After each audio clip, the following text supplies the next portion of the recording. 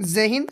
चलिए मेरे प्यारे बच्चों, जैसे कि आप सभी जानते हैं कि जेमा सारथी YouTube channel and coaching centre के माध्यम से जे बोर्ड क्रैश कोर्स के रूप में आप सभी प्यारे प्यारे बच्चों को इंग्लिश के क्लास 10 के बच्चों के इंग्लिश चैप्टर 1, 2, 3, 4 का पार्ट का समरी, साथ ही साथ इन सभी चैप्टरों का MCQ टाइप्स प्रश्न मिल चुके हैं। मेरे प्यारे बच्चों, अब आप लोग सोच रहे होंगे कि डीके सर सिर्फ हम लोगों को MCQ ही पढ़ा रहे हैं, तो जो सब्जेक्टिव प्रश्न हैं वो कब पढ़ाएंगे? तो मैं मेरे प्यारे बच्चों बहुत ही जल्द मैं आप लोगों के लिए प्रत्येक चैप्टर से जो VVI क्वेश्चंस हैं बस मैं उन्हीं प्रश्नों को लेकर आऊँगा। सबसे पहले हमने सोच रखा है कि पहले आपके पूरे बुक का समरी और MCQ करवा दें, इसके बाद हम तब तक एग्ज़ाम हमारा भी नियर आएगा और एग्ज़ाम के टाइम्स में हम लोग मस्ट इम्पोर्टेंट प्रश्न पर बात करेंगे। उसे किस प्रकार लिखना है, याद कैसे करना है, अगर याद नहीं हो तो कैसे लिखेंगे, इन सभी बातों पर हम लोग चर्चा करेंगे। तो चलिए आज हम लोग बात करने वाले हैं क्लास 10 के बच्चों का इंग्लिश से चैप्टर 4, जिस चैप्टर का नाम है from the diary of Anne Frank. एक आवश्यक सूचना है कि अगर हमारे आसपास के छात्र अगर हमारे इस वीडियो को देख रहे होंगे तो आप लोगों के लिए ऑफलाइन कोचिंग की भी शुरुआत हो चुकी है। तो अगर आप ज्वाइन करना चाहते हैं क्लास को तो जरूर ज्वाइन करके डेमो देखें। तो चलिए स्टार्ट करते हैं। और मेरे प्यारे बच्चों, जो दूर दराज के बच्चे हैं, मैं उनके लिए बहुत ही जल्द ऑनलाइन क्लास लेकर आने वाला हूं। मैं एप्लीकेशन का हमसे कंपनी वालों से बात हो गई है और बहुत ही जल्द आप लोगों के लिए ऐप भी आ जाएगी। इसके बाद ऑनलाइन क्लास आप लोगों को देने के लिए भी स्टार्ट कर दूंगा। तो चलिए आज हम लोग क्या पढ़ने वाले हैं, एनी फ्रैंक के बारे में, from the diary of Anne Frank. ठीक है, चैप्टर 4 है। ओके, चलिए स्टार्ट करते हैं।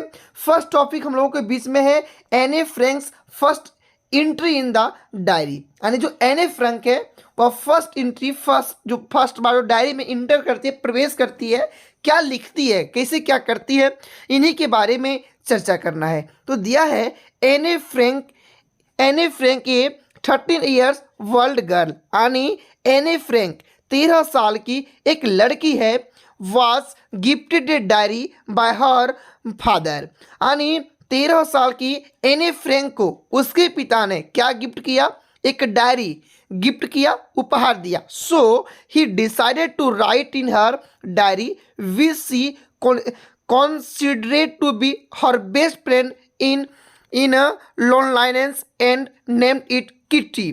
इसके बाद उस लड़की को उनके पिताजी ने डायरी गिफ्ट किया, इसलिए उसने अपने डायरी में लिखने का क्या किया? फैसला किया, जिसे वह अकेलेपन में अपनी सबसे अच्छी दोस्त मानती थी। उस डायरी को अपना सबसे अच्छा दोस्त मानती थी और उसका नाम रखी, क्या रखी? किट्टी। क्या रखा गया? Kitty. She began writing in June 1942। यानी उन्होंने उस डायरी में कब से लिखना शुरुआत किया था? 1942 में।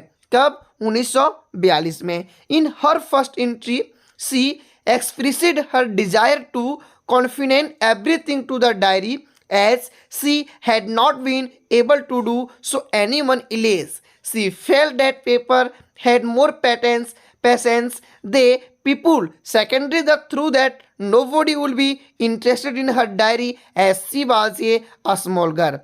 यानी वह जो लड़की थी 1942 से वह डायरी में लिखना शुरुआत करती है। अपनी पहली प्रविष्टि में उसने डायरी में सब कुछ बताने की इच्छा व्यक्त की, क्योंकि वह किसी और के लिए एक ऐसा करने में सक्षम नहीं थी। उसने महसूस किया कि लोगों की तुलना में कागज़ की जो धैर्य होती है, जो सहन शक्ति होती है, वो अधिक होती है। दूसरे, उसने सोचा कि कोई भी उसकी डायरी में दिलचस्पी नहीं लेगा क्योंकि वह एक छोटी लड़की है। यानी मेरी प्यारी बच्चों, अगर मैं साधारण शब्दों में कहें तो एनी फ्रैंक एक 13 साल की लड़की थी। उसके पिताजी ने उसे एक बार डायरी गिफ्ट करता है। जब उनके पिताजी उसे डायरी देता है, डायरी देने के बाद वह लड़की क्या करने लगती है? उस डायरी में अपने आत्मकथन को लिखने लगती है। वह सोचती है कि एक व्यक्ति का सबसे अच्छा दोस्त कौन हो सकता है? पेपर हो सकता है, सबसे जो पैसेंस रखने वाला, धैर्य रखने वाला जो होता है वह होता है पेपर।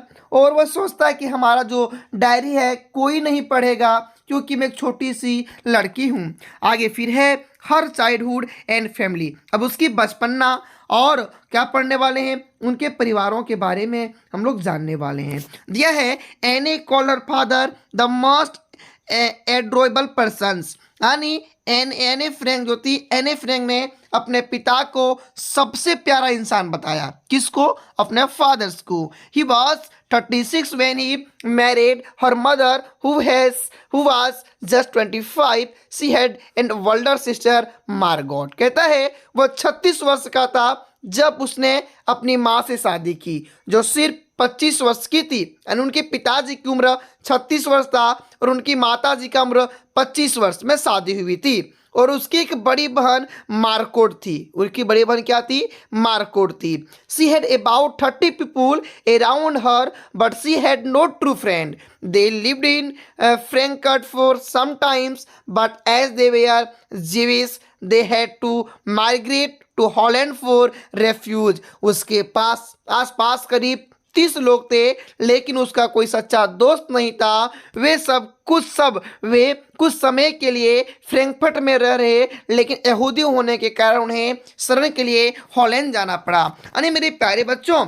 अगर साधारण शब्दों में कहें तो एने फ्रैंक के आसपास 30 लोग रहते थे लेकिन उसका कोई दोस्त नहीं था। उसका कोई दोस्त नहीं था। आगे क्या होता है चलिए देखते हैं। NS schooling. अब एनए का जो था स्कूल टाइम स्टार्ट होता है, स्कूल टाइम स्टार्ट होता है। दिया है she was sent to a Montessori nursery school, यानी उसे मॉन्टेसरी नर्सरी स्कूल भेजा गया। She stayed there until she was 6 at her farewell she and her head mistress Mr. Fresh had tears in their eyes। वह 6 साल की होने तक वहीं रही। उनके विदाई के समय उनकी प्रधानाध्यापिका श्रीमती कुफिरेस की आंखों में क्या थे? आंसू थे। आगे है हर ग्रैंड मदर्स डेट। अब इसी बीच उनकी जो दादी थी वह मर जाती है। उनकी दादी क्या हो जाती है? मर जाती है। दिया है in the summer of 1941 her grandmother fell ill. 1941 की गर्मियों में उसकी ग्रैंड मदर, उसकी दादी बीमार पड़ जाती है। She had to be operated upon but she died in January 1942। और उसका ऑपरेशन किया जाता है, उसका ऑपरेशन किया जाना था लेकिन जनवरी 1942 में उसकी क्या हो जाती है? मृत्यु हो जाती है। किसकी? एने फ्रैंक की दादी की। इट गेव एने ए shock and she did not right a diary in that period, but after that she wrote again as the thought of her grandfather's love and affection। इसने एने को झटका दिया और उसने उस अवधि में अपनी डायरी नहीं लिखी लेकिन उसके बाद उसने अपनी दादी के प्यार और स्नेह के बारे में सोचते हुए फिर से लिखा। यानी अगर हम मेरे प्यारे बच्चों, अगर मैं सरल शब्दों में कहना चाहूँ तो कह सकते हैं कि एने फ्रैंक जब डायरी लिखना शुरुआत की थी तो 1941 में उनकी दादी एक बार गर्मी के दिनों में बीमार पड़ जाता है। उसे ऑपरेशन होना होता है लेकिन 1942 में उनकी अचानक मृत्यु हो जाती है। उसके बाद एने फ्रैंक को बहुत बड़ा दुख होता है और वह डायरी लिखना बंद कर देती है। लेकिन पुनः उसकी जब दादी की याद आने लगती है तो वह पुनः डायरी लिखने को क्या कर देती है? स्टार्ट कर देती है। मेरे प्यारे बच्चों, अगर वीडियो आपको ज़रा भी अच्छा लगे तो आप मुझे क्या करना है? कमेंट करना है। क्या करना है मेरे प्यारे बच्चों? कमेंट करना है। और क्या करना है? शेयर करना है। क्या करना है? शेयर करना है और लाइक करना है। और अगर आप हमारे चैनल पर नए होंगे तो क्या कर देना है? हमारे चैनल को सब्सक्राइब भी कर देना है मेरे प्यारे बच्चों।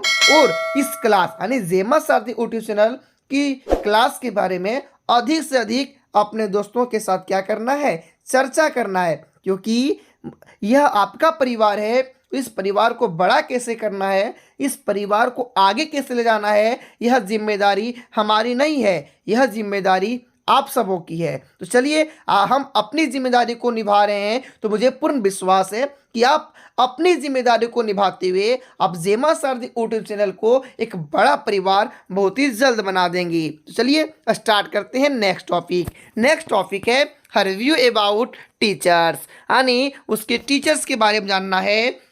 Any was not good at maths, कहता जो एने थे उसका गणित अच्छी नहीं थी, and her friend way always worried about it, और उसके परिवार उसका जो दोस्त था इसीलिए इसी बात को लेकर वरीड यानी चिंतित रहा करती थी। इट बट लेकिन she was sure that she would go to the next class, लेकिन उसे यकीन था कि वो अगली कक्षा में क्या हो जाएगी, चली जाएगी। She always considered teachers to be the most unpredictable creatures on the earth, so she told her friends not to lose hope, लेकिन उसे यकीन था कि वह क्या हो जाएगी, अगली कक्षा में चली जाएगी। वह हमेशा शिक्षकों को धरती पर सबसे यह प्रत्याशित प्राणी मानती थी, इसलिए उसने अपने दोस्तों से कहा कि उम्मीद मत छोड़ो। फिर आगे कहता है पुनिशमेंट बाय मिस्टर किसिंग। अब मिस्टर किसिंग जो होता है ना, उसको क्या पुनिशमेंट दिया जाता है, उसके द्वारा क्या पुनिशमेंट दिया जाता है, उन्हीं को अब जानना है। क्या है, and A Frank was a good student and had a good relationships with all the teacher expect mister Keesing who taught her math. He was always annoyed by her talkative nature. He used to give her extra homework as punishment. कहता है कि एने Frank एक अच्छी छात्रा थी और mister Keesing को छोड़कर सभी शिक्षकों के साथ उसके अच्छे संबंध थे। जो उसे गणित पढ़ाते थे उसके बातूनी स्वभाव से वह हमेशा नाराज रहता था। किससे, मिस्टर किसिंग सर से। वह सजा के तौर पर उसे अतिरिक्त होमवर्क देता था, और जो मिस्टर किसिंग सर थे ना, अगर वो लड़के बदमाशी करती थी तो उसके बदले उसे अत्यधिक होमवर्क दे दिया जाता था। फिर कहा he asked her to write an essay on a chatterbox, he also put a slip of it on her bag to remind her about it. मतलब उसने ऐसे एक चैटर बॉक्स पर निबंध लिखने के लिए कहा, उसने उसे याद दिलाने के लिए उसके बैग पर एक पर्ची भी रख दी। अगला है completions of homework. Anne was unable to understand what she would write in the essay. Anne जो थी उसे कुछ भी समझ में नहीं आ रही थी कि ऐसे में उसे लिखना क्या है। She started writing to consider it the necessity. She wrote 3 pages of her satisfactions. She defined it as a features of a student and also mentioned that she inherited that this trait from the mother who also used to talk much. एने समझ नहीं पा रही थी कि ऐसे में उसे लिखना क्या है। उन्होंने इसे आवश्यकता समझकर लिखना क्या कर दिया, शुरू कर दिया। उसने अपनी संतुष्टि के लिए 3 पेज लिखे। कितने पेज, 3 पेज लिख डाले। उसने इसे एक छात्र की विशेषता के रूप में परिभाषित किया और यह भी उल्लेख किया कि उसे यह गुण अच्छी अपनी माँ से विरासत में मिला है, जो बहुत अधिक बोलती थी। यानी जो एनी फ्रैंक थी मिस्टर किसिंग के साथ बहुत ज़्यादा बकवास करती थी ना, तो उसे ज़्यादा होमवर्क दे दिया जाता था, और इस बार होमवर्क उसे दे दिया गया निबंध लिखने के लिए। किस पर, बातूनी लड़की पर। किस पर, बातूनी लड़की पर, लड़का पर। तो वह लड़की क्या लिखना है सर नहीं जानती थी, लेकिन उसे लगा कि यह ज़रूरी चीज़ है, मुझे लिखना चाहिए। और वह क्या करती है, लिखने की शुरुआत कर देती है। जी हाँ, वह लिखने की शुरुआत कर देती है और अपने मन से लिखती जाती है और अपनी आत्मा को संतुष्टि देने के लिए 3 पेज लिख डालती है और अंत में लिखती है कि मैं बहुत ज़्यादा बोलती हूँ, यह मुझे विरासत में मिली है।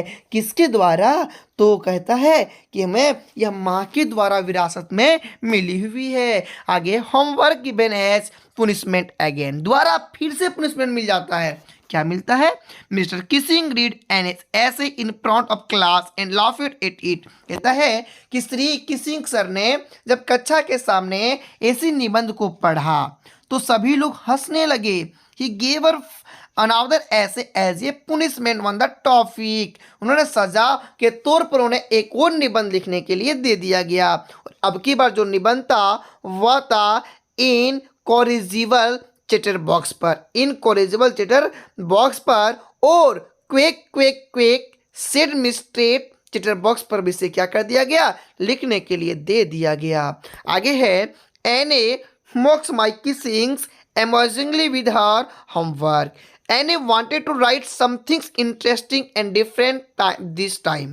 Annie इस बार कुछ रोचक और अलग लिखना चाहती थी सो इसलिए with the help of her friend Sam, Sani was good at poetry. She wrote an essay in verse. It was about 3 ducklings going dead because their father duck bit them as they quake too much. इसलिए उसने अपने दोस्त सने की मदद से जो कविता में अच्छी थी, कविता में एक निबंध लिखा या 3 बतख के बच्चों के मरने के बारे में था।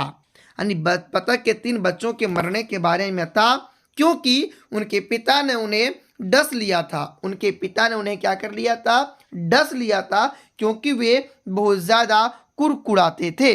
Mister Keesing took the joke in the right way and did not bother Annie for talking. After that incident, she was not even given any extra homework after that. Shri kissing ने मजाक को सही तरीके से लिया और एने को उस घटना के बाद बात करने के लिए परेशान नहीं किया। उसके बाद उन्होंने कोई अतिरिक्त गृह कार्य भी नहीं दिया गया।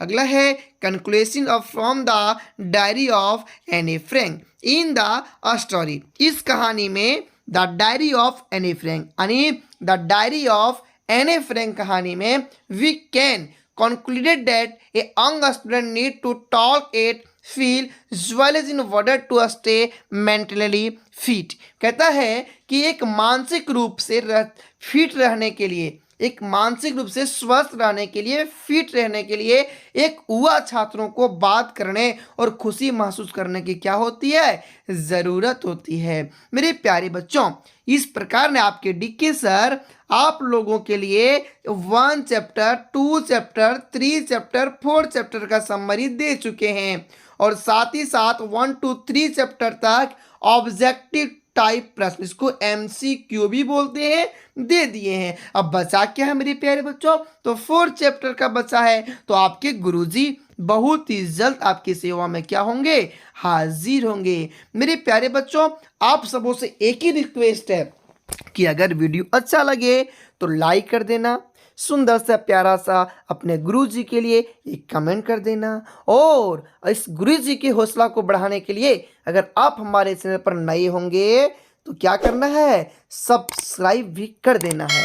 साथ ही साथ इस क्लास के बारे में अपने दोस्तों के साथ अधिक से अधिक चर्चा करना है। क्यों, हमने पहले कह दिया अपने परिवार को बड़ा कैसे करना है, यह चिंता मुझे नहीं, यह चिंता आपको होना चाहिए। किसको, मेरे सुंदर सुंदर प्यारे प्यारे बच्चों को होना चाहिए, और यह जिम्मेदारी आपको निभानी पड़ेगी, यह गुरु जी का वचन है। जी हाँ, तो चलिए मेरे प्यारे बच्चों, अब मैं अगले वीडियो में इस चैप्टर का MCQ लेकर मिलता हूँ। तब तक जय हिंद।